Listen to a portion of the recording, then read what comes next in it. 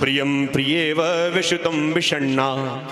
बोले जैसे एक पत्नी जिसकी नई नई शादी हुई हो, नई नई शादी होने के बाद अपने ससुराल में आवे और पहली रात ही उसके पति के लिए नोटिस आ जाए कि आपको सेना में बुलाया गया है, तुरंत आ जाओ आप।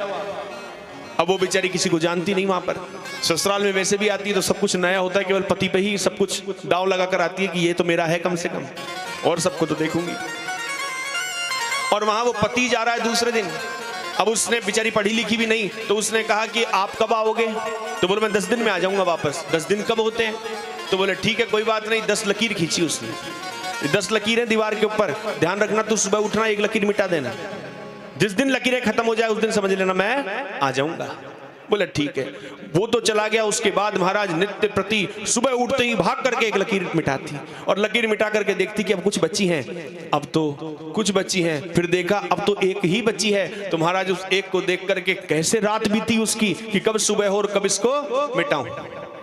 प्रातः काल हुआ और प्रातः काल होते ही महाराज उस लकीर को मिटा दी तत्क्षण, और मिटा करके सोचने लगी क्या पता अब आ जाए, क्या पता अब आ जाए। जरा सी आहट हो तो भाग करके दरवाजा खोल करके देखे शायद आ गए।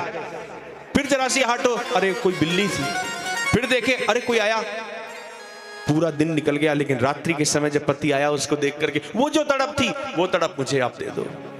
भगवान मानो मुस्कुराए, बोले सच सच बता चाहता क्या है? तड़प तो मैंने तुझे दी। बोले प्रभु बस यही चाहता हूं, इस सारे समाज में कहीं भी मेरी ममता न अटके सिवाय आपके। केवल चाहूं तो मैं आपको चाहूं, लगन लगे तो मेरी आपसे लगे, बस किसी से ना लगे।